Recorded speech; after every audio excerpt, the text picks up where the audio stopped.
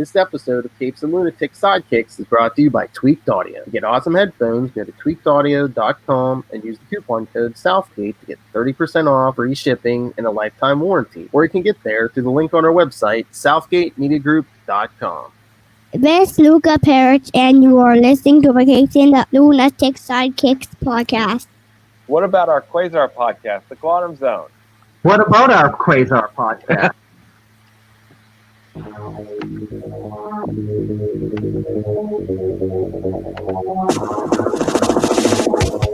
Wendell Vaughn, the first Earthman ever appointed Protector of the Universe. Bonded to the energy-transforming quantum bands by the weapons and symbols of his station, he fights an ongoing battle to defend all life in the universe from cosmic evil as Quasar. Hello and welcome to the 150th episode of the Quantum Zone. I am Phil, joining me, as always, master of the Quantum Zone. It is. I'm Will. Hey, everyone. And master of stockpiling those diapers. It is. I am Matt. I have no diapers, so I have not mastered the stockpile quite yet. But I was going to say, yeah, pretty soon we'll get some for the baby, too. Oh! Opening. There you go. All right, so yes, 150. We're going to do a big retrospective on the first 25 issues of Quasar. I figured I'd go down the list. Maybe we can even hit some of the other issues we did in the first, 65 episodes. Hey, before we get started, sad news to announce. Steve Lytle, artist on Inch and a Half and 3 covers of Quasar, passed away last week. Heart attack induced by COVID. So we've lost another Quasar alum, which is really sad. I did see that. I didn't see cause of death. Okay, so heart attack by COVID. Yep. That's terrible news. I know. Terrible. I mean, it's almost. I mean, I hate to say this, but is the Quasar book like cursed? I mean, I don't know. Paul Ryan, Steve Lytle. Let's see. I'm trying to think. Yeah, Paul Ryan. So we lost, Grunwald in '96. Paul Ryan was several years ago at this point, and then now Steve Lytle. So yeah, it's watch yourself, Pula. That's right. Yeah. But hey, cheers to Steve. He's That's right. Great artist. Drink. All right. So, we're only a few days away from WandaVision. That is true too. Yes, that looks pretty good. If the app I use is accurate, we may get the first 2 episodes this Friday. Very cool. And there's going to be just 8? Is it just 8 episodes or? I was looking at the list. I think it might be, for some reason, it might be 9. 9? Okay. What was that, Matt? Oh, I was asking you, is this like a news app or something? You said according to the app you have, you might. It's called TV Time. It just keeps track of. It tells me what when the new episode's coming or something. Yeah, as long as if you put in all the shows you watch, it'll tell you. It'll even give you alerts if you want to be oh hey, this show's starting tomorrow or Yeah, I got it. Oh, and Discovery ended the season. Yes. I thought really well. Oh yeah, I liked it. I like that finale, and I think Lilith was saying they might just be getting one more season. And that might be it. Oh, okay. Well, I guess because Card's coming back, and then they're going to be doing that Strange New World with Pike. With Pike and Spock and Number 1, yeah. And then Section 31. So yeah, they're going to have shows. Yeah, according to this app, there's 9 episodes. So is the first one a double-sized? It's not saying, but yeah, it's still saying episode 1 and episode 2. So they may just play both 1 and 2 as a kind of a big hour-long event because they're half-hour episodes, right? It's not saying, but I mean, wasn't that usually wasn't the Mandalorian usually 30-some minutes? 30-something, yeah. Well, cool. That's something to look forward to. Yep.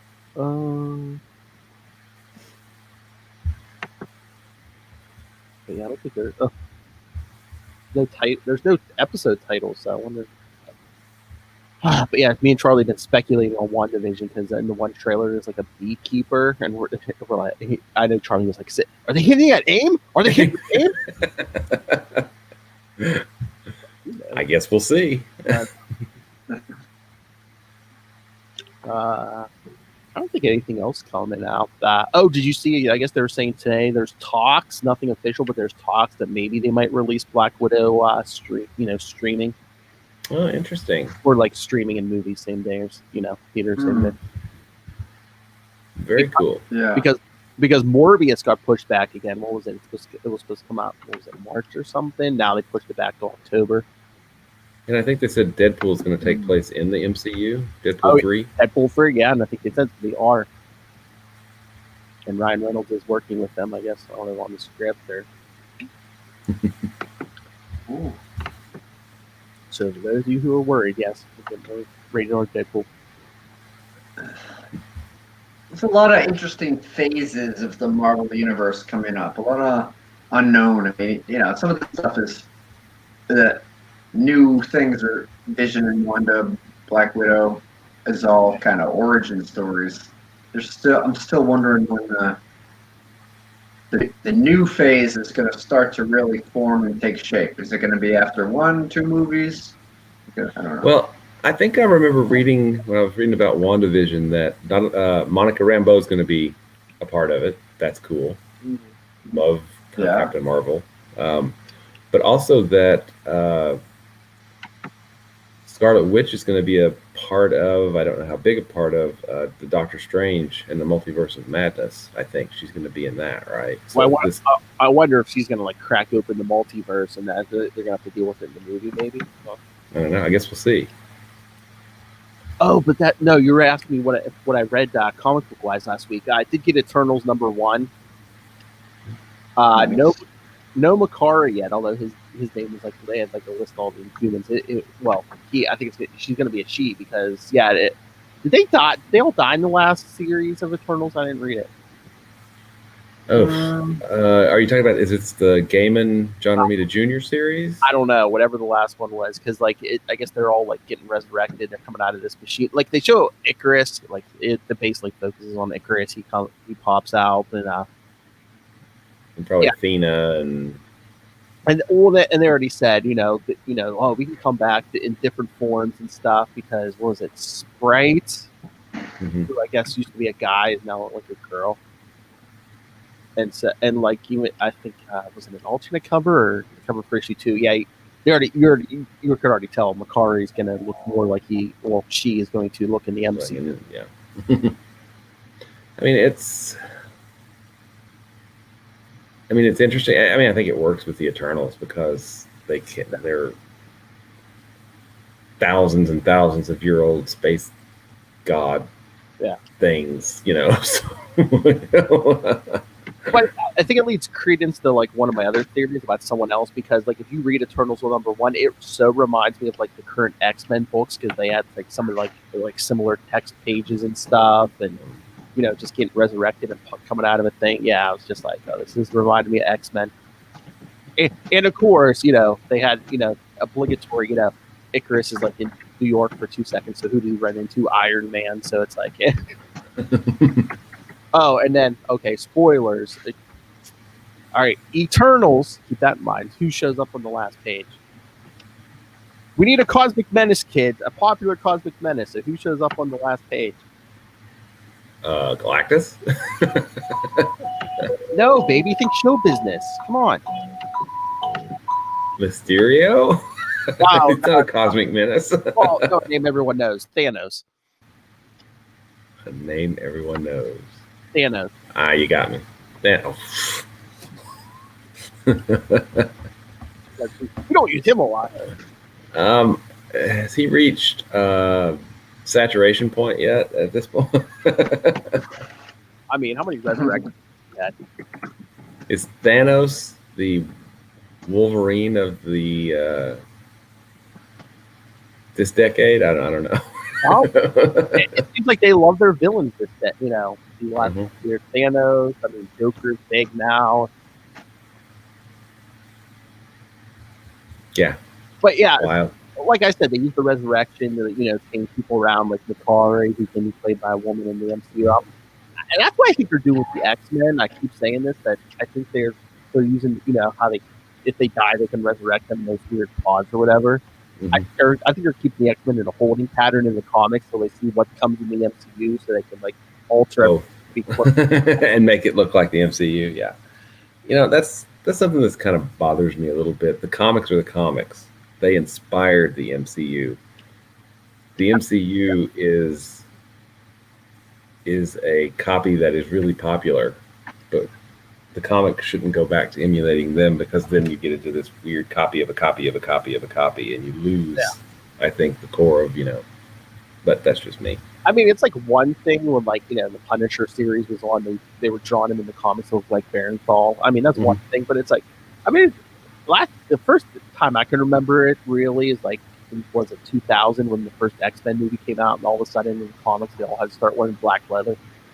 Mm-hmm. But yeah, indeed. I guess they're just like, oh hey, all these people are buying tickets to these movies. Hey, come get some comics. Look, they look just like the movie. But it's not a comic. It's not like a movie. It's a totally different medium. All right, so should we dive into this? Let's do this. Let's do this thing. All right, kids. So we covered issue 1, the first episode of the Quantum Zone. Well, we recorded it March 21st, 2018. Wow. And it hit the podcast the next day, March 22nd, 2018. Yeah, so we're closing in on our 3-year anniversary, kids. Wait, there's a before time than now? Exactly. Before COVID, before riots in the streets, yes. Failed coups, yeah. Well, when your mastermind can't spell coup, yeah, it's going to fail. Yeah. But yeah, we hope. Crossing fingers. Yeah, episode 1, we covered Quasar number 1. And our Meet the Host. I watched that video on YouTube. Oh my God. You could tell. I mean, I think. Dude, we had just met moments before, probably. Oh, yeah. I think it was at least a couple of days. I think it wasn't on Twitter. I even said, I watched a little bit of the video. I was just like, yeah, we got some new guys. I was looking for people to talk Quasar. You got stuck with us. You were in a different room, Will. I know Matt was in a different apartment, but that beard was all nicely trimmed. The hair was cut short. I mean, oh yeah. Again, the before time. I was gonna say, yeah. He's like a tree, man. You just cut that beard in half and count the rings, man. The past of time. Oh yeah. But I was gonna say, one of these days we could do a live read. I don't think we did a live read of Quasar 1. We discussed. I know you were reading them for quite a while, and then we kind of all started at some point. Yeah, but I don't think any of us were. It was more like, oh hey, look what happened here. Look what Mm-hmm. Well, it's. I like what Grunwald did. Yeah. Because that first issue really is his first chronological appearance. You get introduced to the character before anything else happens to him. This is his origin. This is where he starts, and I think that was just a really good, compact origin story with lots of stuff going on in it. He sets everything up. The only thing I thought it might have been missing is you really could have played into him and his dad's the tension between them. Because remember his first appearance of Captain America, he's like, oh yeah, Anthony Stark, Tony Stark's boys made these what if Grunwald would have played into that and be like, at first the dad told him, oh yeah, Tony Stark and his guys. Tony Stark made these, yeah. Then later on he finds out, he's like, you lied to me? These aren't even drummers? What? Good point. Because they have, I think Nick Fury shows up, on the first page? Is that right? Second page? Oh yeah. Because the first page of they're going Marvel over Boy. history. They're going over the history of the bands. Yeah, and sign of things to come. First page, Marvel Boy. Ouch. Yeah, because they're going over those Fantastic Four issues we did. Yeah. Mm-hmm. But no, I mean the first issue is almost more like it's like not even like as much Wendell is more about the Quantum Bands. It's like following Quantum Band's journey. Mm-hmm. Yeah, and then where he comes in, and at the end, he's now they're basically part of each other. Story moving on forward from there, which is really kind of cool. Grunwald, he did something really well. Number 2, we'll move on to number 2 in a minute, but I'll continue on there. But number 1, he did. The bands are the bands in number 1. They're just these things. What do they call them? The Uranian energy bands or something like that. I saw that earlier appearances. I don't know if they even said that in this issue. Mm-hmm. It's just like I don't know. I don't know if it's just like the bands or.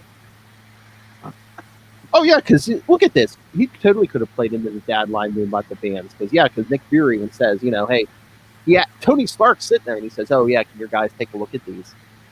Yeah, exactly. Although maybe that was Grunwald's subtle nod to, "Oh yeah, hey, remember that first issue? They said they came from Tony Stark." Was the checklist in this issue, or was that in issue 2? I think that was in issue 2, wasn't it? I think so, yeah, because this one didn't even have a letters. Well, Mm-hmm. It even had a letters, of course. Yeah, no, because it didn't have a letters page, because and an extra page of story. Mm-hmm.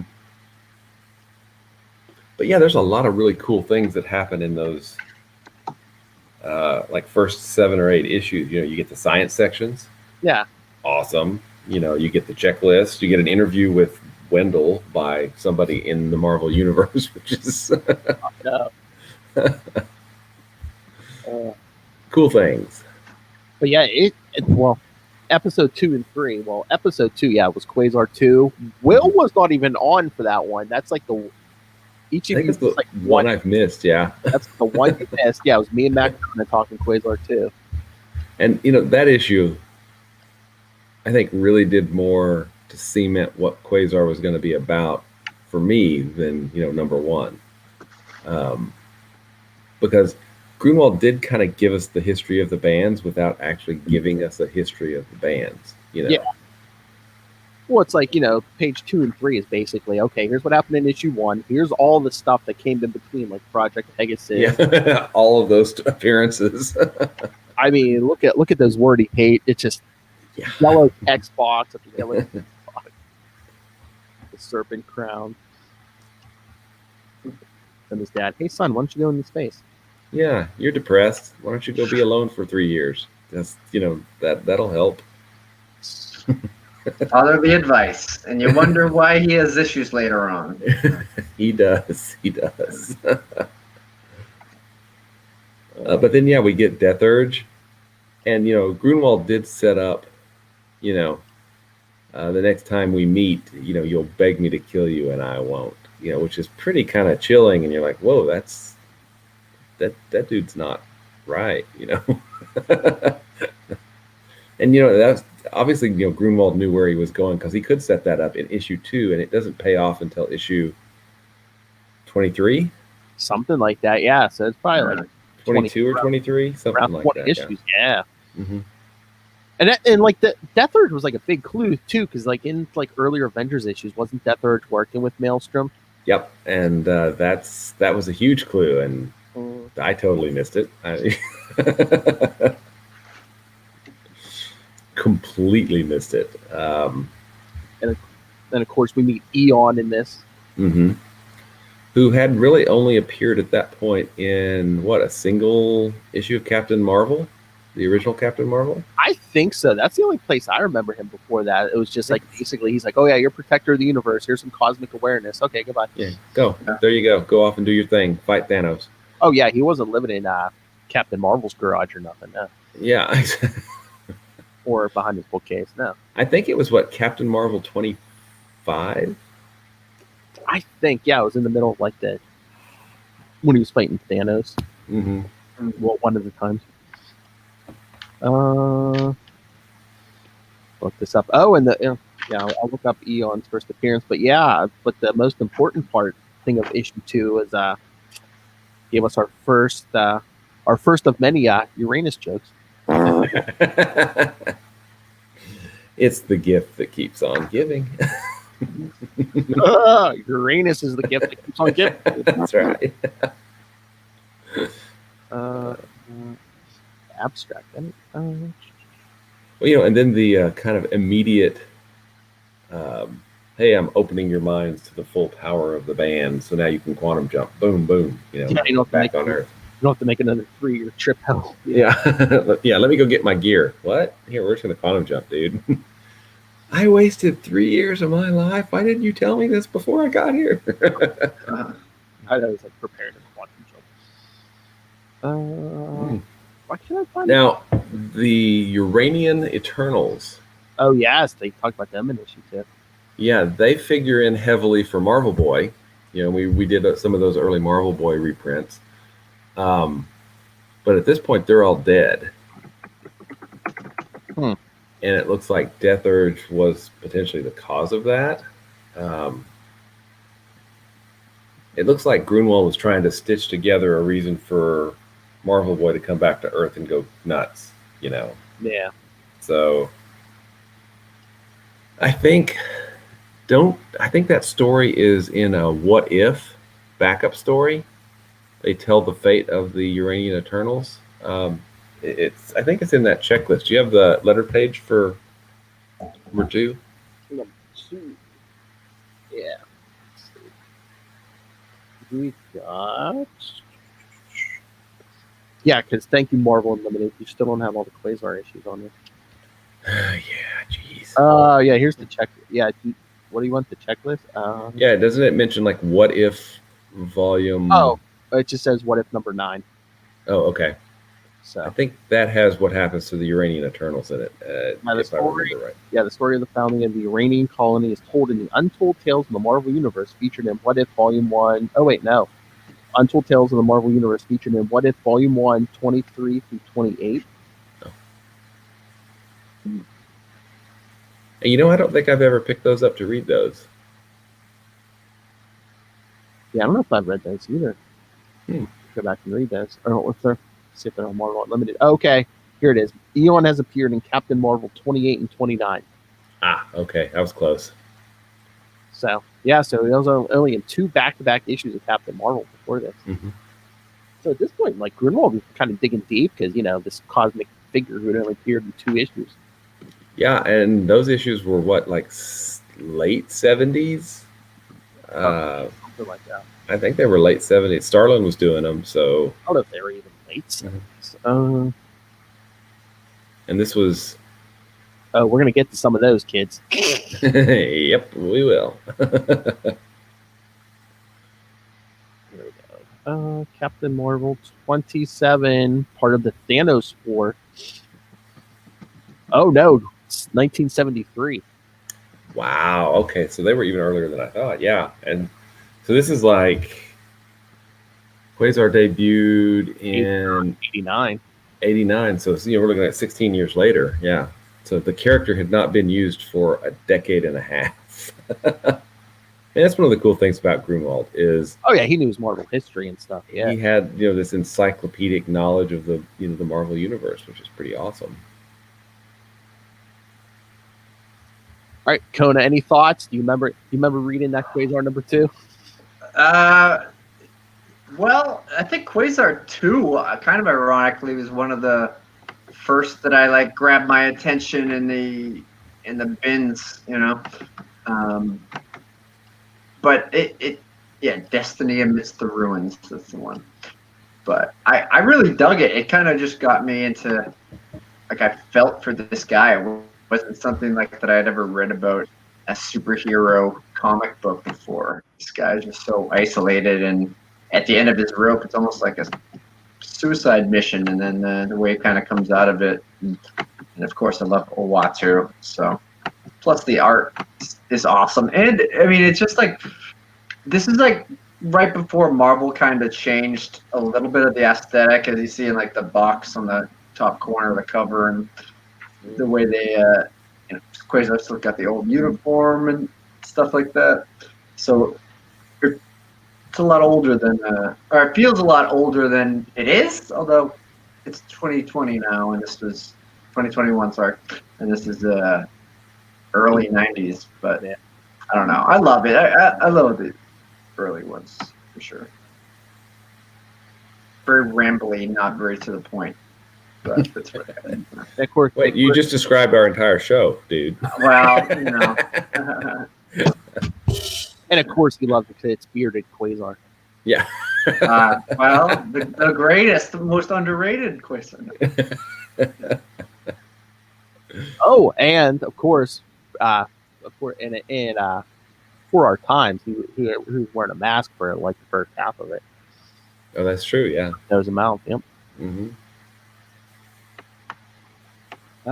So that was 2, and then of course episode 3 was just me and Will, and we covered Captain America 379. So that was a Cap and Quasar team up against Nefaria. Oh yeah, that's right. Wow, it's been a long time since I've read that one. Well, yeah, 3 years probably. Yeah, and it was a shorter issue too, because didn't that have a backup story? Yeah, it had the one. Because the Serpent Society came after Diamondback to put her on trial. Yeah, Mhm. so it was like a short story. Yeah, remember Quasar and Cap are jogging in the park, and then it's like, oh hey, there's a disturbance nearby. So we did that, and then everyone was back for episode 4, Quasar number 3, with the torch. The torch. Oh yeah, and our our cursing. Our pod angler. That's right. Oh yeah. Oh, and of course, and he met Quasar met his groupie Kayla. Kayla, that's right. And I don't know, this one to me was a little bit of a letdown after the first 2 issues, because it was, I don't know, I'm trying to figure it was kind of more concerned with the past and him trying to set up the stuff for the future, so it's kind of in this limbo. It's I don't know.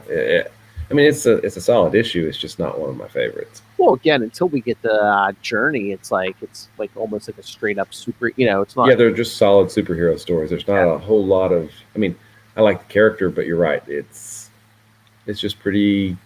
It's solid superhero stories that are fairly generic, But and I like the character. But yeah, like you said, I mean, this issue is just a lot of setup. He's renting the office space that he'll pretty much never use and just give the cat. Stop coming in the window. You're going to spook the clients. And then, of course, he sees Kayla. I mean, she's got a lot of. I'm sure she'll be a good secretary assistant or whatever. It's like she's basically wearing a jacket and a bra for a top. It's like, huh? This was the 80s, okay? Oh, we know what Wendell was thinking. Yeah. Yeah, no, buddy, the angler, of course. And it's the stereotypical, hey, you're a bad guy. Wait, no, I'm not a bad guy. Yes, you are. He broke in the. Well, he really didn't say he wasn't a bad guy. Well, he said. Yeah. No, I mean the torch thinking. Oh yeah. Wendell was Marvel Boy. Yeah.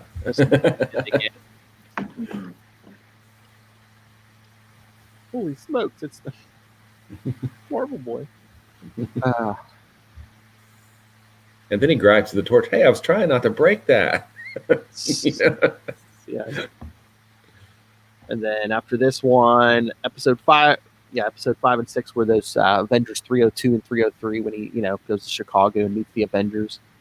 Oh yeah, yeah. Supernova. The Supernova saga. Oh yeah. The big purple guy who's not Galactus. And who's not Nova Prime ish. Quasar had fly Reed Richards back and forth from New York and back. Uh-huh. Oh, and then after that, there's a backup story in an annual that takes place immediately after that, where the East Coast and the West Coast are like, no, I want him, let's have a bidding war. Basically show Quasar's initiation. Yeah. We did get there eventually, but yeah, it's after the episode 7. I'm sure you remember. Marvel Comics presents 29, and then New Warriors #1 because he was in one panel. One panel, yeah. I think he didn't even speak. I think in the one panel, did he? I think he said something like, "All right, Cap." Yeah, really important. Very brilliant. Yeah. But then, I mean, we got a lot of Avengers stuff. We got that event. I mean, we basically went Avengers 305 through 308. Was that the Lava event or whatever? Mm-hmm. Yeah, I think so. Yeah, because we didn't get to Quasar 4 until episode 12. Wow. Which is Aquarium, which was, again, dealing more with stuff from the past and also bringing back, was it Quantum from the West Coast Avengers? Yep.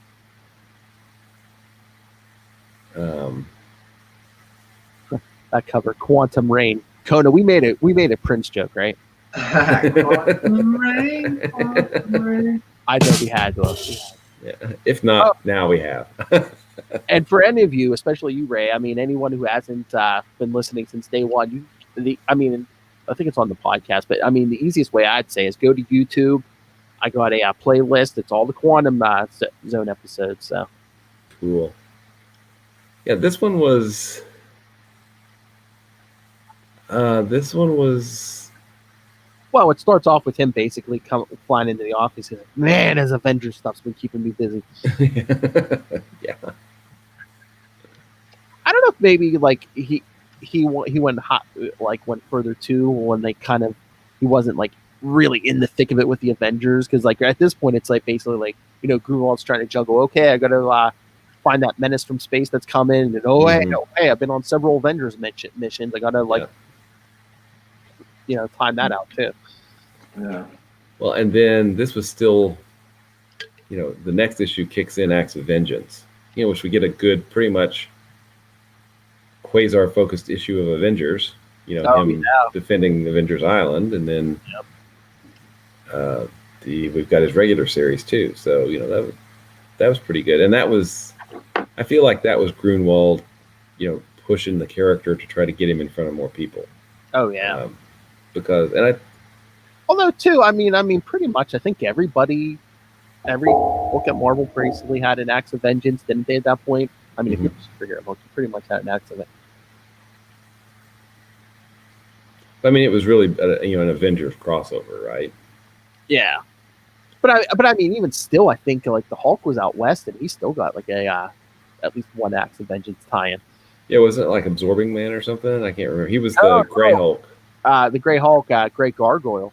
Gray Gargoyle. Just the Gray Gargoyle tracked down Banner and turned him to stone.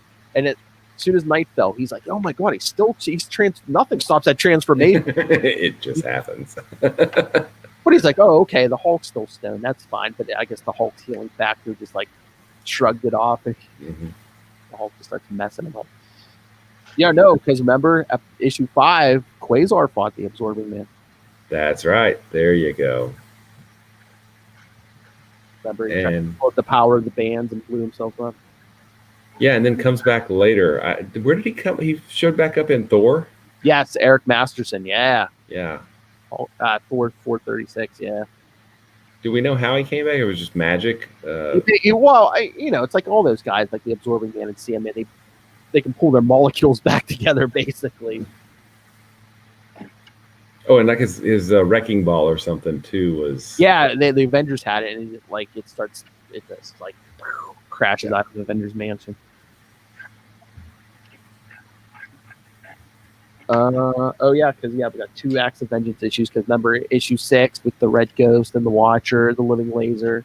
And don't blink or you'll miss Venom. On the first page, that's right.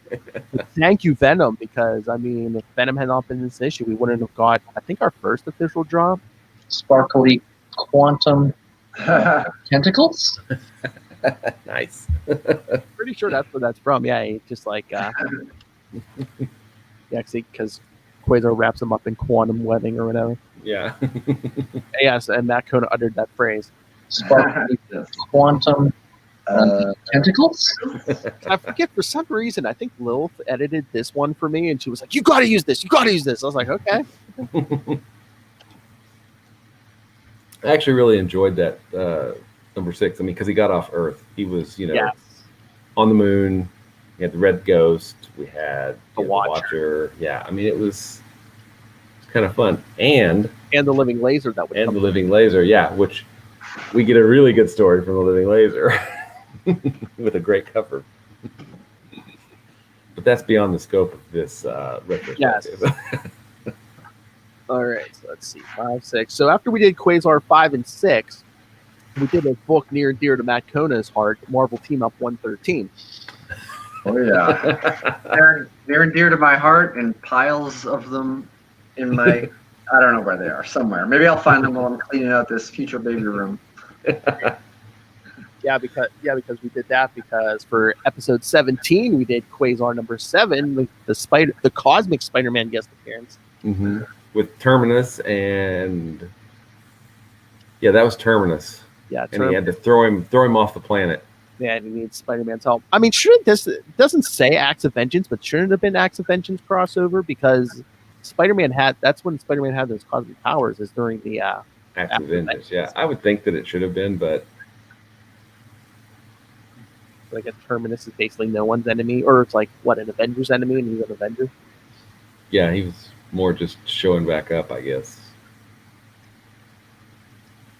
And that was a pretty good issue too, because he's like, hey, it showed that he was, like, unlike a lot of characters, I'm going to go handle this myself. He's like, whoa, hey, I just met, Cosmic Spider-Man. I'm sure he can help me with this. Let's go get him and we'll take care of this together.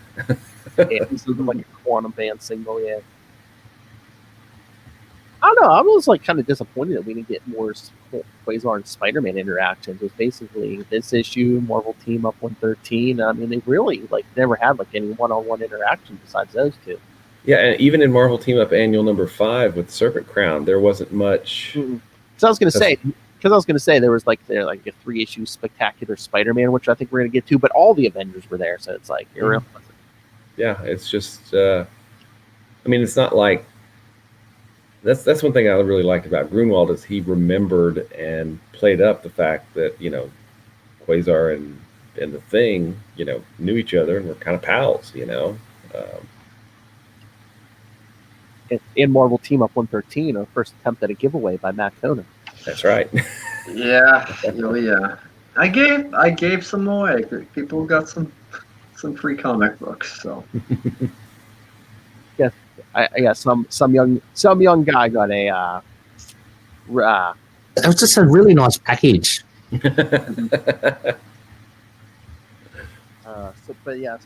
then after that one, we covered the Project Pegasus from Marvel 2-in-1, Project Pegasus saga, because episode 25 was Quasar number 8.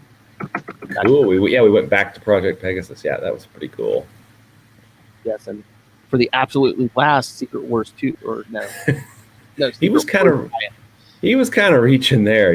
Iron Man's armor didn't work that he got on Battleworld didn't work because scientific reasons, because it was a living thing. Well, it was Jim Rivets too, so he's like he couldn't repair it, so he just froze the components away. Yeah, and again, I mean, there's precedent for stuff that coming back from that Battleworld to come alive. I mean, that's Spider-Man. That had been the precedent had been set. Oh, and do you remember who Quasar ran across at the beginning of this issue? I don't remember. Was it the Absorbing Man? No, it was.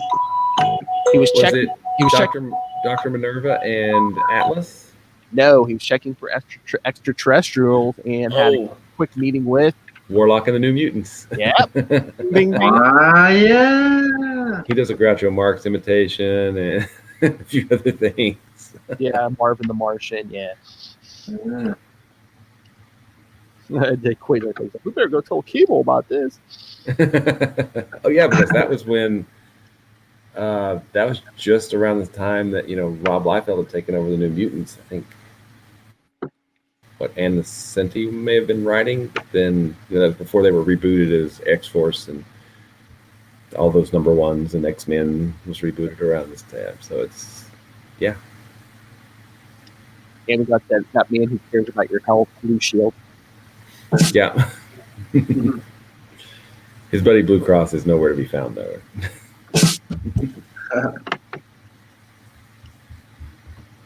So, remember we had for the very next episode. Oh, one of our personal favorites, Quasar number 9. Oh damn! Oh damn! Yeah. And this is where we get into Captain Atlas and Minerva wanting the quantum bands because they recognize them as the legendary power bands of Ren. Is that what they are? Something like that. Yeah. Because they go to AIM. They're like, what? Do they want replicas? Or they want? We wish to acquire working replicas. They offered them AIM $100 million. Yeah, because whenever the AIM's like, oh yeah, we tried to acquire them before, and it was, talking about Quasar number 1. So then after he beats Modam, AIM's like, we're gonna get that Quasar, and then never seen again. And then we never see them again ever. Although I guess you could say, he spent a lot of time off Earth, so when he had the chance. That would have been a story after Quasar 60 if they would have went after them fake bands he made. Yeah. And just been annoyances to the Presence and the Dark Star. Yeah, that would be kind of cool. That's a good backstory. Somebody write that. Or hey, Marvel, pay Will Allred to write that story. And then the next episode, you guessed it, Quasar 10, Minerva and Captain Atlas, trying to cut them bands off them. Yeah, that was an interesting issue because it was kind of anticlimactic, It was, it helps reinforce that, his first instinct is not to, fight and hurt somebody. It's always, kind of defensive and, bubble them up and all that fun stuff. But I thought it was really, they knocked it, they rendered him unconscious so easily and took him off world, just like that. It was no big deal. Well, they followed him home and he fell asleep, and then I think they just did something to him to keep him asleep. Yeah. Yeah. And then Eon invaded his dream and said, yeah, you're going to lose that arm. That's a crap, yeah.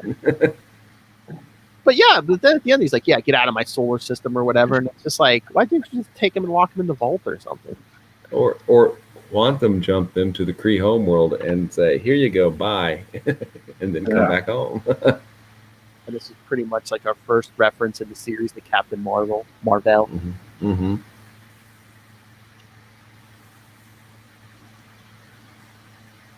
Who we're going to talk about. Oh, yes. That's right. Can't wait. My little Rick Jones over there. That's good. Rick Jones is my spirit animal. Wile E. Coyote is my spirit animal. And then after that, we got that Avengers 317 and 318. That's part of the universe blinking out. Yeah. The Stranger. Yeah. With Nebula. Yeah, those not awesome. Remember when Nebula was Thanos' grandniece or whatever, and not his daughter? His adopted daughter.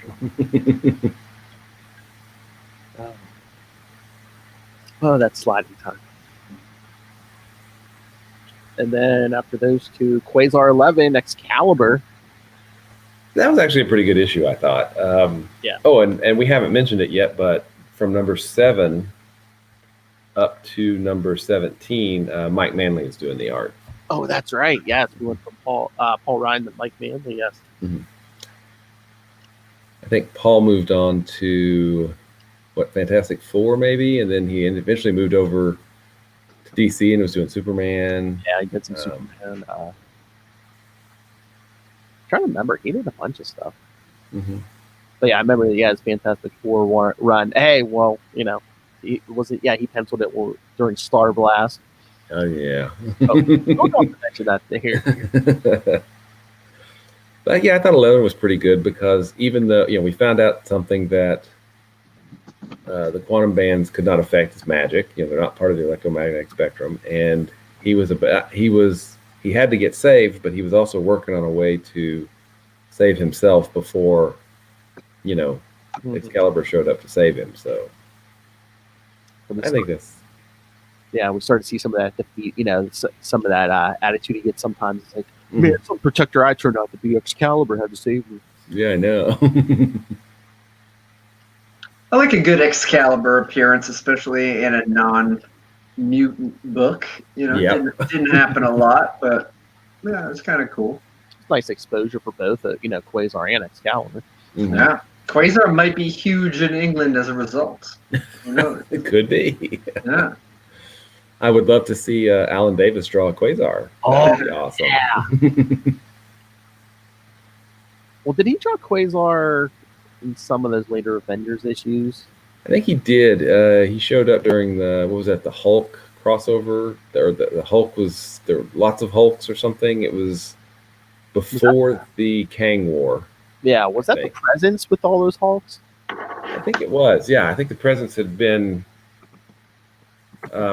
because I think we find out that Vanguard is suddenly back to life, so the Presence doesn't care about Quasar anymore, so it doesn't matter. I can't remember. It's been a long time since I've read those. Yeah. All right. So yes, and then next episode we did Quasar number 12, which was that Deviants. The dozen. Yep. Yeah. And just trying to remember, it's just That's where his father dies. Spoilers. This is a retrospective. Hopefully you're expecting spoilers. Exactly. And it's kind of where we cement the relationship between him and Makari. Mm-hmm. Because remember, I think Makari had showed up the issue before. I think, yeah, because he like knocked him into the ocean and knocked him out. Oops. This is like the first time they actually have a conversation. Yeah, because he left him with the West Coast Avengers, then he goes back, and Wonder Man's like, "Oh no, that dude took off." Oh yeah. Oh, and isn't that doesn't Grunwald explain about Makari's speech pattern? He goes, "We just updated it because hey, here's a panel from his first appearance, and he's all '60s groovy, man." But it doesn't say that. Yeah. But yeah, I remember. Yeah, it doesn't say that. Oh yeah, this is the one where he lets the Blood Brothers beat the crap out of him. Oh yeah. Oh, and of course, I believe this was the first appearance also on the last page of Miss H.D. Steckley. Oh, that's right. And so it would be a year pretty much for her reveal, right? Mm-hmm. Yeah. Grunwald was really in it for the long game on this one. I mean, he really was. He set a lot of things up early on that, he didn't knock those dominoes over for a year or two in some instances. And it took us even longer to get there too, because after 12 for the next 1, 2, 3, 4, 5, like 7 episodes, we did the crossing line in the issue after it. I kind of remember those. The crossing line here. I'm going to throw a net over this Russian. Oh my God. Just ridiculousness like that. Instead of Quasar just bubbling up the whole submarine or something, Yeah, and I think it had started out, because it didn't Fabian Nicieza write that, right? It started out as a big epic thing that got condensed down into shorter chapters because there was a backup story, right? One, yeah. Yeah. Craziness. Oh, but then after the crossing line for the next 3, that brought us, I believe, it brought us to December. So for 3 episodes of Quantumus. Remember Quasar's first appearance with Captain America 217, and then the 229 and 230 and the Hulk, the Captain America and Hulk issues. Oh, we got the your name is stupid. Yeah, we ended with your Marvel Man. That's a stupid name. I love that. It's so awesome because it genuinely hurts his feelings. I mean, it would hurt my feelings too. mean kids. And then we started the second year with episode 42. It started Journey into Mystery. Journeys into Mystery is, and I know I've said this and you guys are sick of saying it, but this is where Quasar really became Quasar and the book just took off. I mean, that's where it started getting more cosmic. Yeah. Yeah. Yeah. I mean, and we get we get the X Squadron Supreme, we get the Stranger, we get Overmind, we get Stranger's Lab World, and a huge cast of long forgotten characters from Marvel. Yeah. One of which is the Presence. Grunwald really flexing his nerd muscle at Journey of all these characters that have been seen for a while. And and issue 13 is when he first goes to talk to them. Goes to Marvel's grave. Yeah, and that is an awesome Jim Lee cover. Oh yeah. Which is, I mean, it's really cool because for the Journeys into Mystery, they brought in guest cover artists, and you had Jim Lee, you had Todd McFarlane, you had Mike Mignola, and Steve Lytle to do those 4 issues, and those covers are just awesome. Really, really awesome covers. Yeah. But this story brought in the Squadron Supreme, which we'll be talking about for the next 13 weeks. Mm-hmm. And I think maybe one of Makari's best lines from this series, when Quasar's like, "Oh, hey, Makari, this is the X Squadron Supreme," and he's like, "Oh, just what this world needs, another X group." Yeah, that's a good one. What was that Grunwald just being all meta? Be like, "Oh, it's just what we need, another X group." So yeah, and he actually uses Makari to repair some of the damage, to the squadron. He makes Hyperion be able to see again, because we find out that Hyperion wasn't really from the planet Argon and had Argonite as his weakness.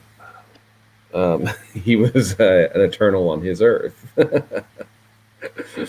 which I think is slightly better. Yeah, as an origin story goes. Well, I mean, they cleaned up that origin because originally wasn't it Squadron Sinister first, but it was like they were just made to be, so the Avengers would have a Justice League. A Justice League to fight, absolutely, yeah, absolutely. And then after that, we got Quasar 17, the first Galactic Marathon. Mm-hmm. Well, but let's jump back to 16. 16 was a double-sized issue. Yes, the first one. And it ties up a lot of that. It ties up all of the Journeys into Mystery, but we also get Quasar jumping around looking for the Stranger, in previous issues, meeting up with a Watcher, punching a Watcher out because a Watcher was attacking him.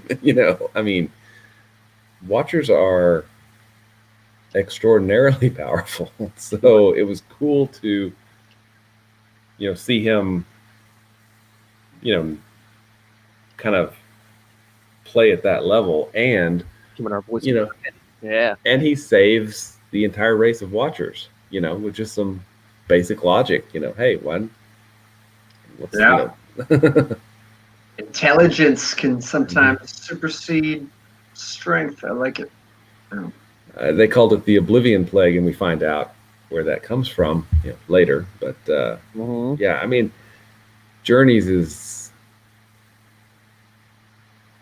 okay. That's actually a good question. Where Journeys is cosmic, right? Journeys into Mystery is a 4-part cosmic epic. Where do you rate it amongst the cosmic echelon of cosmic stories from Marvel?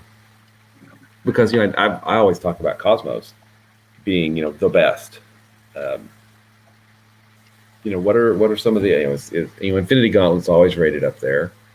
The original Marvel, the Korvac saga, the original Thanos saga. What other cosmic? What ranks up there for Marvel cosmic? I mean, I think Journey is. It's at least as good as that original Thanos saga and Korvac. I mean, Korvac gets all the attention because like every Avenger at the time was in it and stuff. But I mean, it's definitely that. I think it's definitely head and shoulders above like Infinity Gauntlet and stuff. Starving putting his Warlock. Behind. What do you think, Matt? Yeah, Matt. Warlock? I don't know. I feel like my insights are very less nuanced. I don't know, but I mean, I tend to agree with you. I really can't think of that many times over the course of this podcast where I've had any major disagreements in terms of like liking a story or the art and whatever. But it's hard to me to be too critical, especially for like the territory we're covering today with the first 25 issues, you know. But so that's it. I don't know. I'm not doing. Well, and you know what? We've got Journeys and know. Cosmos in one trade paperback. I know. And I'm very grateful for that. Yeah. Me too. All right. So after that, yes, we got the Cosmic Marathon. Mm-hmm. With Buried Alien. That's right. Flash of brilliance. Yes. Yeah. Thank you. That deserves that. Yes. Yeah. Bravo. All the speedsters of Earth in this one. And then, which is a good story, because you get, and Grunwald loved the DC characters, and I know we've said this before, but Quasar really does have a Silver Age DC kind of feel as a character, but in the modern Marvel universe, he's about responsibility. He's about doing the right thing for the right reason and trying to help people, which Marvel at that time, you had your Wolverine and your Ghost Rider and the Midnight Suns and all of these, the Punisher and all of these anti-heroes, and things were getting kind of grim and gritty and dark, right? Yeah. Oh yeah, because remember, this is Quasar is one of the guys Captain America didn't have to worry about talking about. Yeah. Terminating people. Yeah. Yeah, for going out and killing the Supreme Intelligence, not killing the Supreme Intelligence as it appears. But then after that, we got a quite offbeat issue, Quasar 18, which has a great drop in it, by the way. So, oh yes, the drop was born then. Yes, and I'm visiting nursing homes with bad intention.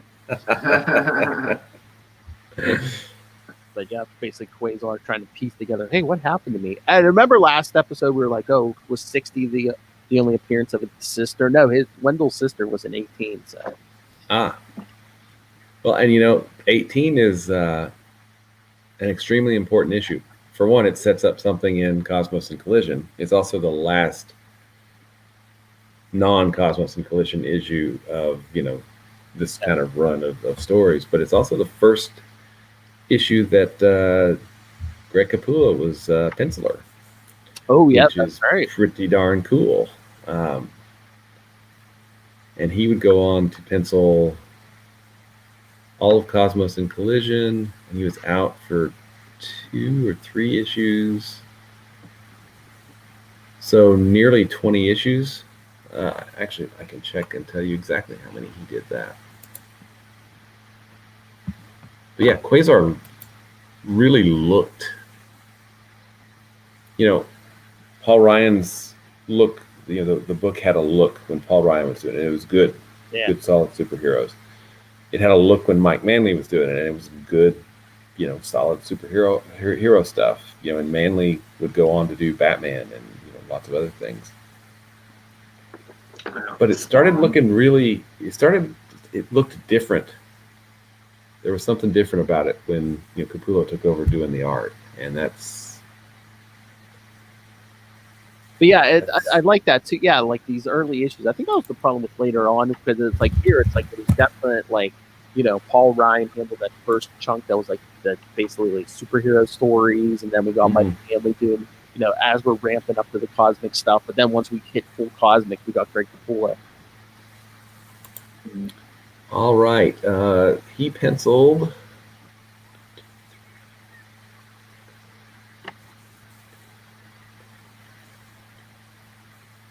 17 issues of Quasar, so almost a third of it. Ooh, nice. But yeah, 18 we got Origin and the Unbeing, and of course, retroactively Quasar gets a new costume.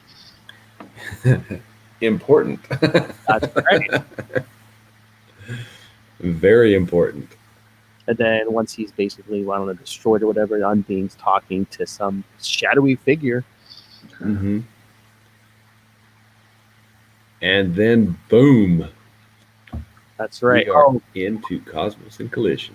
Oh, we teased people because after 18, we did a big run of Avengers. It was like from 329 through 339. So I mean, we hit them with the cupcakes, the collection obsession. And thought Will was going to slit his wrist during that period. Not the cupcake again. So yes, we don't have to go into that. But yes, Cosmos and Collision started with episode 60. Quasar 19 was episode 60. Wow. Yeah, man, we got some mileage out of those Avengers issues.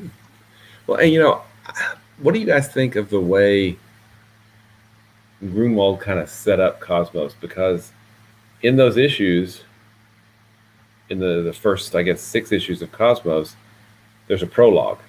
There's a prologue for each one of those issues. And he really is filling in a lot of the backstory until the big reveal of Maelstrom in, is it 22?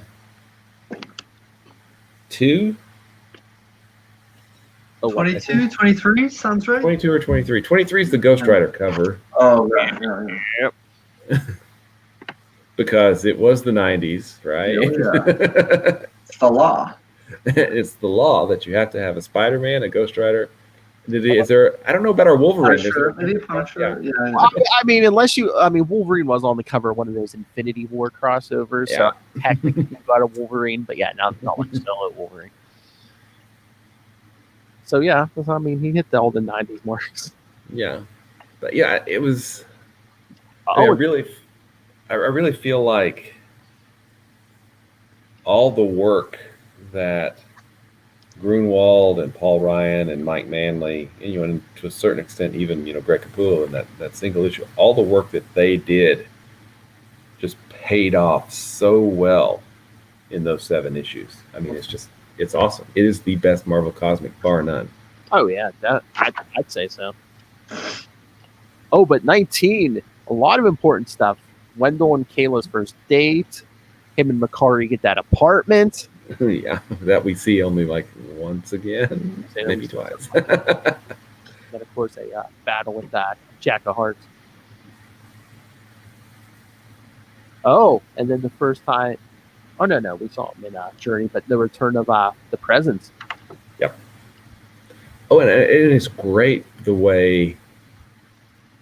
I mean, I remember this panel. I just love this panel. Eon has given Wendell his heart, right?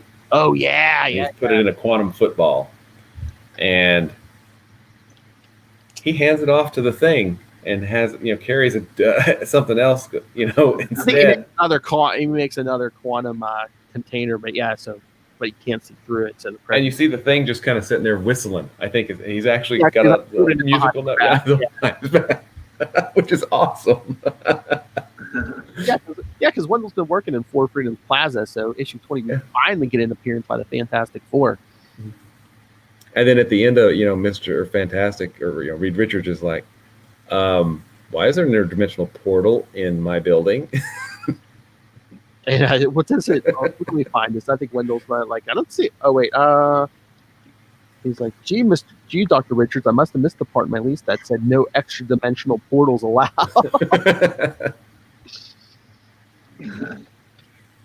Well, and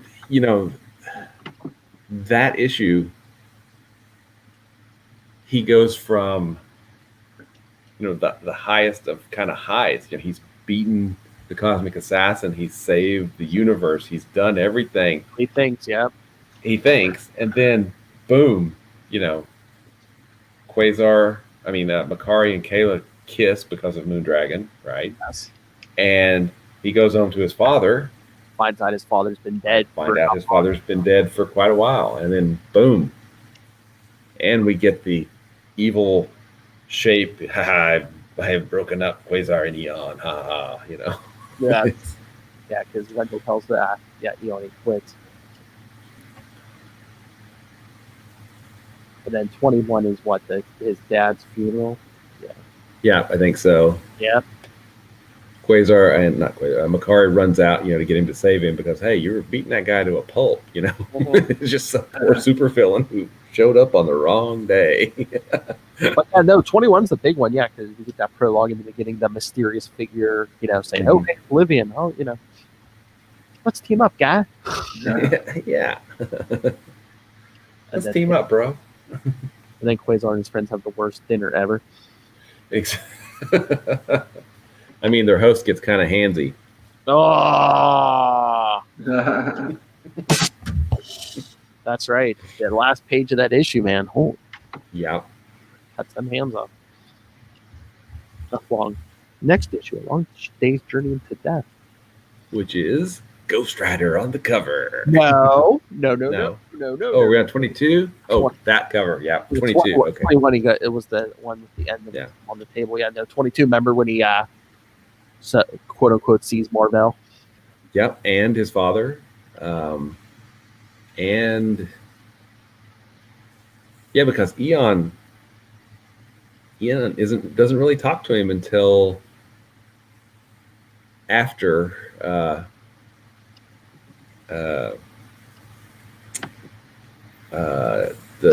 what's the name of the death? Oh yes, I was gonna say at the end of 22 we get the appearance of everyone's favorite Matt Kona impression, Kid Reaper. Kid Reaper, thank you. Kids love Bunky. My vocal cords, not always. A very ridiculous character, but totally awesome. Yeah. He basically comes somewhat from Wendell's unconscious or whatever. Mm-hmm. His own personal death avatar. I think he even says you read too many Harvey comics as a kid or something. And he does show up again later, of course, after the Infinity War thingy. Well, yeah, number 40? Yeah, when he supposedly nullifies himself. Yeah. But okay, we keep talking about it. Quasar 23 with Ghost Rider. There we go. That's the one. Yes, because the flashback in the beginning is Maelstrom telling the presence, oh yeah, the big cosmic menace is Eon. If you get back to Earth, hey, why don't you try to take him out? Yeah, exactly. Then we just get Ghost Rider storming the mansion. And that's, I think, what the issue 20. I think the title of it is Stalking Horse, which is what the presence is. He's a decoy, right? Which is pretty awesome. Yeah. And yeah, this is when things kick into high gear in 23. Quasar blows Eon Crane up, Yeah. And then the Maelstrom uses the quantum bands to slow, stop the Earth's rotation. Mm-hmm. And we get a lot of the local magic people, Doctor Strange, Shaman. Oh yeah. Maybe even Dr. Druid, Brother Voodoo. I'm kind of trying to remember the circle of mystics that are helping. It's not even just mystics. It's Mr. Everyone feels it. Mr. Fantastic, Moondragon, Dr. Druid, Orange, Phoenix, Doctor Strange, Moonglow, the Black Throat, Talisman, Shaman, and you see Spider-Man with his big spider sense.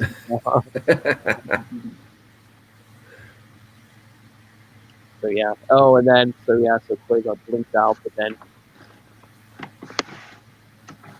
Quasar 24. Yeah. one Maelstrom that goes around starts like threatening you, relax and stuff.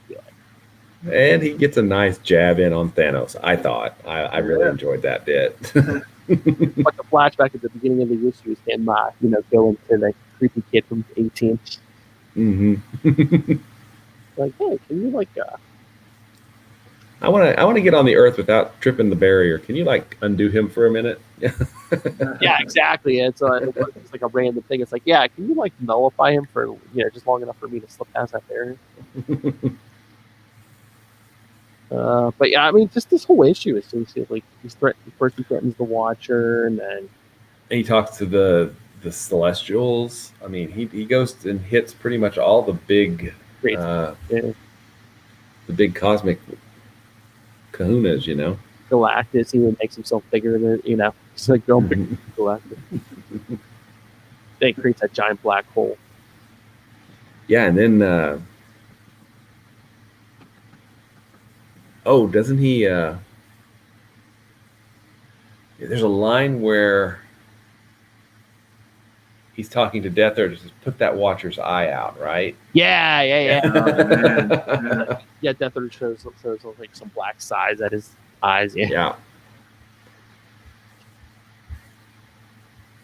But yeah, just like Doctor Strange and the Mystic trying to hold the Earth together, and then Quasar becomes the Avatar of Infinity. Yes, that's pretty awesome. And then it seems kind of almost anticlimactic at first, because at the end of this issue, Maelstrom kind of gets crushed by the black hole. Except, I know. How do I shut this thing down? Yeah. Yeah, and which brings us to 25, which is it's double sized. Yeah, so I was thinking Quasar had three extra size issues, 16, 25, and 50. I think so. I think that's the only ones, yeah. Yeah, I think some of them may have had an extra page here or there. Yeah. Star Blast. But there is a double page spread in 25 that is just absolutely amazing. It's got the Celestials, it's got the Watchers, and they're all looking around the giant black hole, right? Yep. But yeah, I mean, basically this black hole is sucking the entire universe in, and nobody can stop it. Not even the Celestials. Nobody. Yeah, and look at the way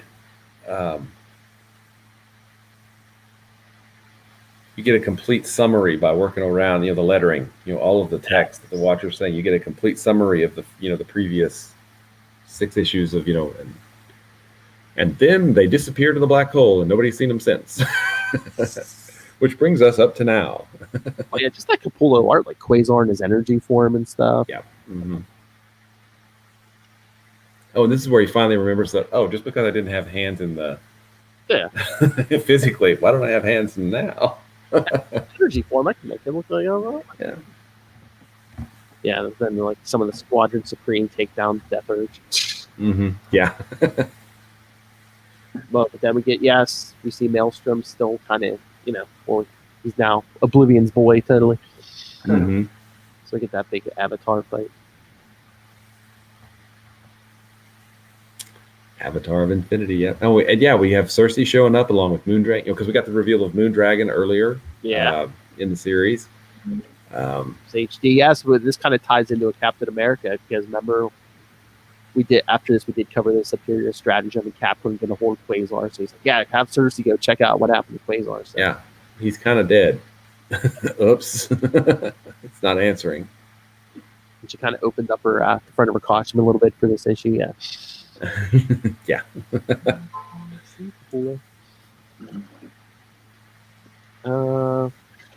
But yeah, Cersei, and doesn't Cersei kind of freak because she can't revive Makari? Makari can't.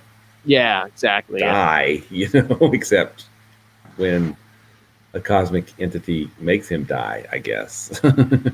Yeah, she's trying to revive him. Yeah, that's when Maelstrom's henchmen try to attack them, and she just turns them into a rat, a pig, and a duck.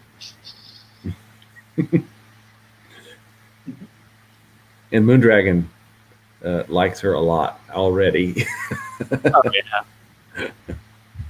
But yeah, just this final fight, it's like, Maelstrom and Quasar look evenly matched, but hey, it's like, oh hey Maelstrom, let me show you something. That's my old costume. It never existed, except it did.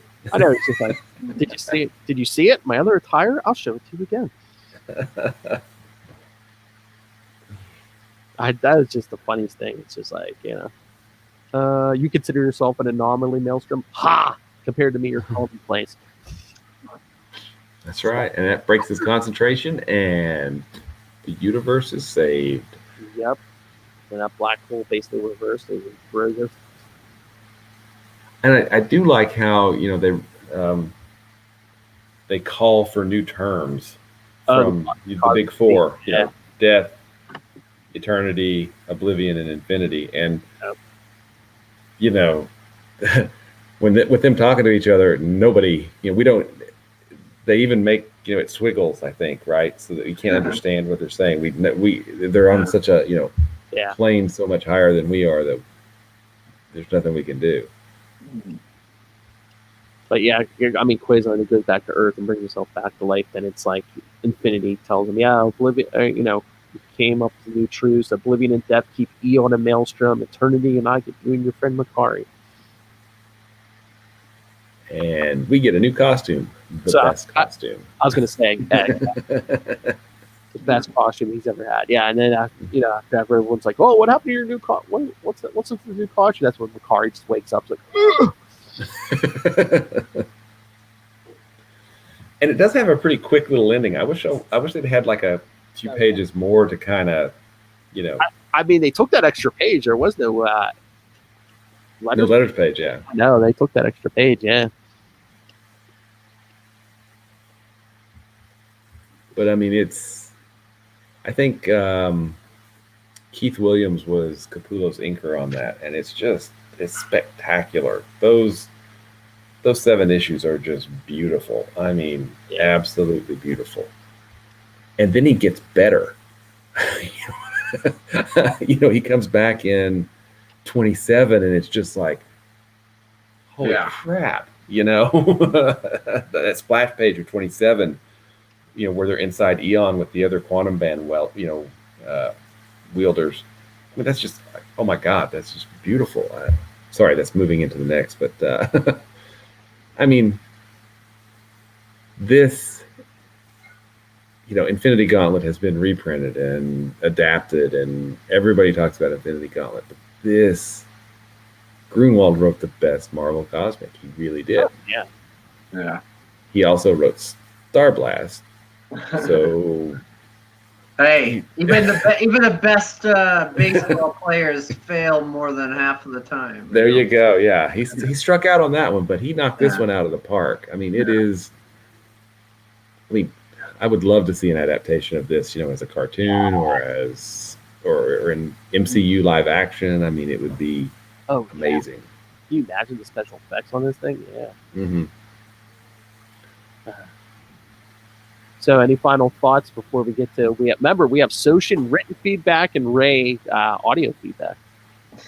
I would just say that Quasar started out solid and stayed pretty solid for its first year, and then it ratcheted everything up for 13, and it just kept getting better and better and better and better. It's just awesome. Oh, yeah. If not before, you could tell definitely from 13 to 25, he had a plan. Oh, yeah, definitely. Maddie? Well, I think I didn't have too much insight to direct into this. I feel a little bit embarrassed because I had been working on some statistics or, something like that to go through some of this. Maybe I'll have it ready for next week, or I'll try to do one the next time we talk about the further along in the Quasar story. But Wendell Bond and Everyman in this environment, this weird between living in the shadow of his father, trying to start this business, and then and deep space in intergalactic conflict. I mean, we come a long way in 25 issues, and it's great. If for some reason you're listening to this and don't have the trade and things like that, yeah. What were your guys' first exposure to the character? Do you remember? It was this series, yeah. I think I picked up the Marvel Team Up. Ooh. I don't necessarily remember that, but then I do remember buying Quasar #1 off the stands. So, that's... Yeah. But I think I first encountered it when, in that Spider-Man Team Up issue, which I don't know if it even registered at that time, but I do remember buying that somewhere a long time ago. But yeah, no, Quasar #1 was my first exposure, so. Well, I didn't get in that. I think the first issue that I saw on the stands was 3 or 4, but so I don't know. I didn't pick it up right away. I think I saw him around in Avengers books, and so the first time I saw Quasar, probably issue 3 or 4 on the stands. Cool. All right, so should we get to this feedback? Let's do it. All right, maybe I'll start with Soshin's first, but he kind of did the whole series. There's some stuff in here after 25, but he must have been excited. He sent this like December 7th, so. All right, he said, Soshin, our friend Soshin, we haven't heard from in a long time, says, "Hey, fellow Quantum Banders, here's my fairly short overall feelings of the 60-issue Quasar series. I was super pumped the first half of the series with learning Quasar's origin, and every issue thereafter, seeing him gain both confidence and recognition within the Avengers as a solid member of the team. 2 things really stood out for me. That time he made a quantum dome around the Infinity Watch, Thanos' company, and even with the Hulk and every other heavy hitter beating on it, the dome held. Quasar listened to Captain America and understood his directives. That makes a great team member, and he gained the respect of Captain America. The second thing that I really liked about the first half of the series was he didn't have to go at everything alone. He became friends with Makari and her, Kismet. The 3 of them became quite the force. I loved how dark the comic got with him losing his hands and with him being nailed to the wall like that. That quite possibly was my favorite story from the series. Well, Cosmos, yeah. Mm-hmm. Here's where things for me went off the rails. Makari phased out of reality at the end of that race with the runner was never seen again, as far as I know. Yeah, it was quite a while. Quasar never once went looking for him or anything. That for me was a big WTF. Almost 30 years later, I've never come to an understanding that you can have a best friend one day and never even care to see where they went the next. Every close friend I have today at 42 I've had since I was 12. On the same issue, Her was a babe, and Quasar wasted his time on Kayla, who never really cared about him as a person. She ran off with that one guy on the alternate Earth the second she got the chance. She was a groupie and liked the superhero scene. You guys know I love the series as much as you, and I was thrilled to see Quasar make appearances in Guardians of the Galaxy issues earlier in the year. Maybe we could pull our collective pennies together and get with Marvel and continue the series with Will as editor/writer-in-chief. Soshin, Kona's backup Avenger Smith. Awesome. Thanks for the feedback. Yeah, good to hear from you, Soshin. Yeah, good to hear from you. Don't be a stranger, Soshin. But I love Kayla, the superhero groupie. But yeah, I mean, again, I guess, different once Grunwald left, people forgot about the whole Quasar Makari thing. But yeah, that is kind of like, I think, what was it, after 36? Like, he never saw Makari again, did he? No, I don't think so. Makari jumped back to Earth and, tried to say hi to Ken, but he was still moving at, super speed, so nobody saw him. Everybody was frozen. I mean, I know he rushed at the end of the series there, but you'd think there'd be like one line when, when Quasar finally saw, Kismet again and be like, oh, hey, what happened to Makari? Yeah. Remember him, really fast? Dude. I guess he thought, he's an Eternal. He just ran off, ran off. He just ran off, yeah. Nice. All right, so for our second feedback, here's our good friend Ray. Of course, another podcaster. You know him from such shows as Last Sons of Krypton, a Superman podcast. To Know Her is the Fear Her, a Spider-Woman podcast. You catch him on this podcast the last Tuesday of every month, talking Scarlet Spider with me and Matt Kona. And of course, the big one, his baby, Into the Night, the Moon Knight podcast. All right, so let's see what our good friend Ray had to say. Hello, Quantum Zoners. This is Ray. A bit windy again. But I thought I'd just drop in some quick thoughts for your retrospective look back on Quasar issues 1 to 25. Now, just having a quick scan of the covers, just some overall thoughts. And I think, no surprise, for me, I guess the first 25 issues or so, which thankfully have been collected in a trade paperback edition, the 2 volumes, they, for me, are the most memorable of the Quasar run, which ran for about 60 issues. So the main takeaways for these earlier Quasar issues is obviously the setup. I really did like the just seeing the origin of Wendell Vaughn, but there are also really fun guest appearances with the likes of Excalibur and Spider-Man. But there's also Acts of Vengeance, Journey into Mystery, and of course Cosmos in Collision. So all of those kind of really make up a really fun first 25 issues. And as I'm sure you guys have mentioned repeatedly on the show, they tend to be quite the strong story arcs within the Quasar kind of canon. For me, the standout would obviously be Cosmos in Collision. Then that was a great 7-parter.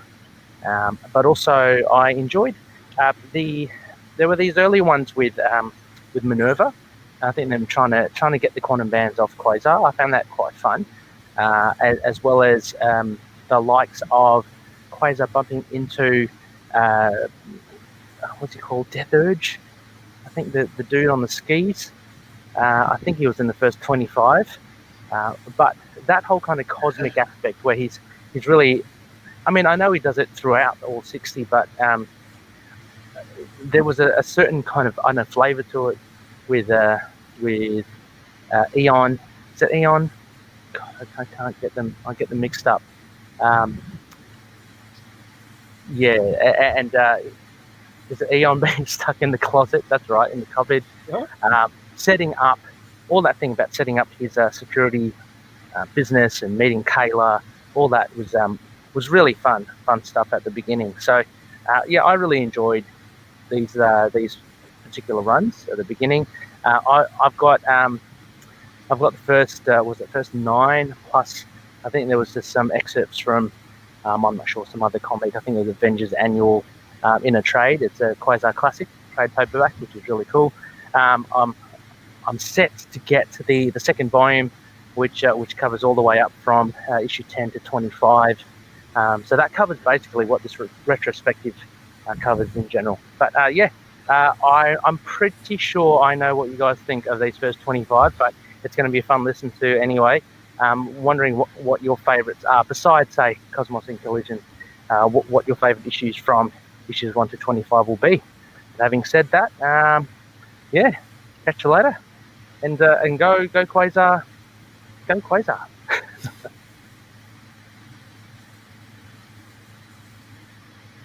Hang up the phone.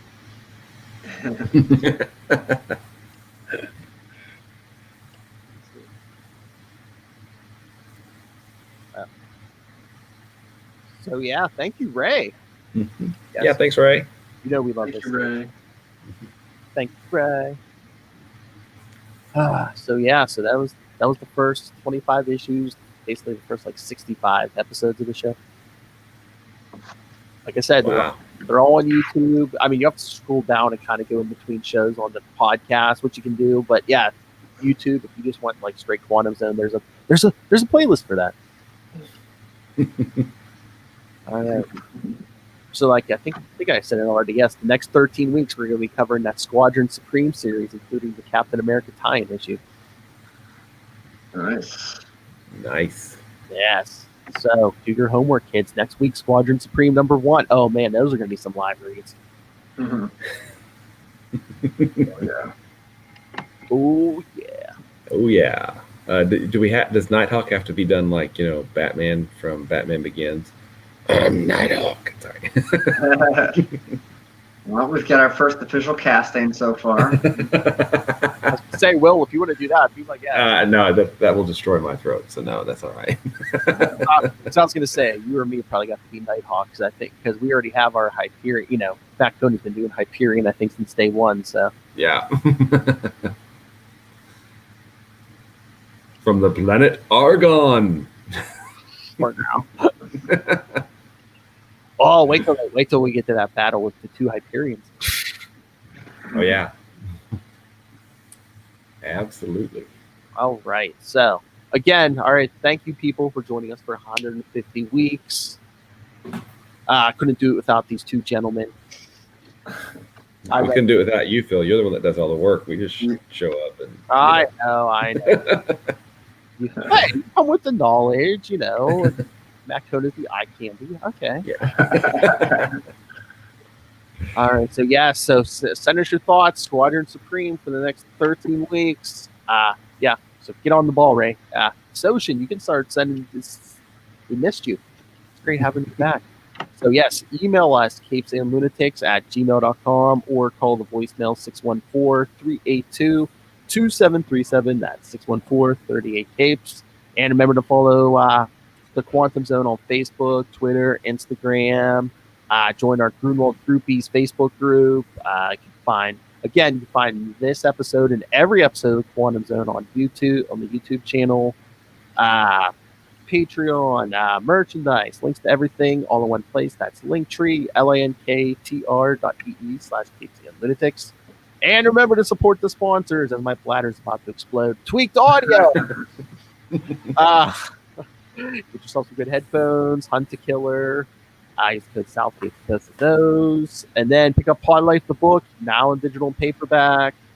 And get that on Amazon. And when you do, use the link for Southgate Media Group right down there in the show notes. Help us support this show, the network, and that cosmic figure of Rob Master Doom Southgate. Make it rain, so says Master Doom. Please kick me in the pants. Mark my words. All right. Matt Kona, where can people find you?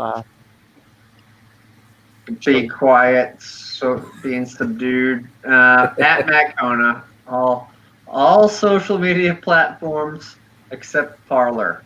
No. Oh. Nice. That was totally worth it. Thanks. I'm still waiting for the confirmation email. It should be up soon.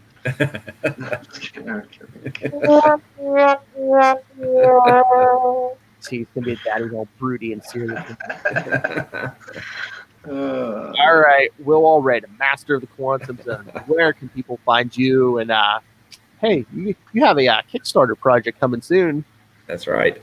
You can find me at WALLRED at Gmail and Twitter and Facebook and all those places. You can also find information about Crossover Division, which is Kickstarter, the recent Kickstarter that's has funded, and we are very close to starting to send out packages at this point. The lettering is very nearly finished, so that's cool. You can also go to that's crossoverdivision.com. You can also go to diaryofnight.com. This is another self-published book with artist Gene Gonzalez, and there's all kinds. Package. Yeah, there's all kinds of cool stuff at the Quantum Zone, quantumzone.org. I'll put it in my navel. Let's not forget some of your classic drops. I'll put it in my navel. The Contemplator. Oh, that comes later. Star Blast, man. Star Blast. I was going to say, a lot of yours are in the second half. Hey, boys, you look at the party. I love the party. He goes limp with my grip. They aren't even attempting to enter our orifices. Nope, we're nice. Yeah, we'll get strong in the second half of the series. All right, everyone. Thank you for joining us. I was gonna say, Ray hasn't been here since day one. Soshi, you may be the OG fan. Yeah. Yeah.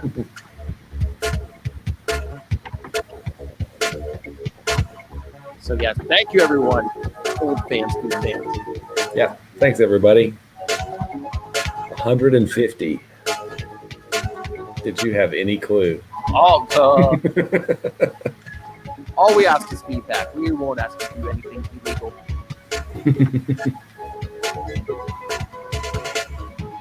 So yeah. Quasar's taking a little vacation. We're gonna do ourselves some Squadron Supreme for 13 weeks. 3 months.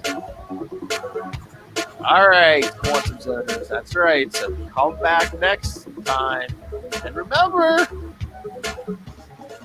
keep it going and going and going and going.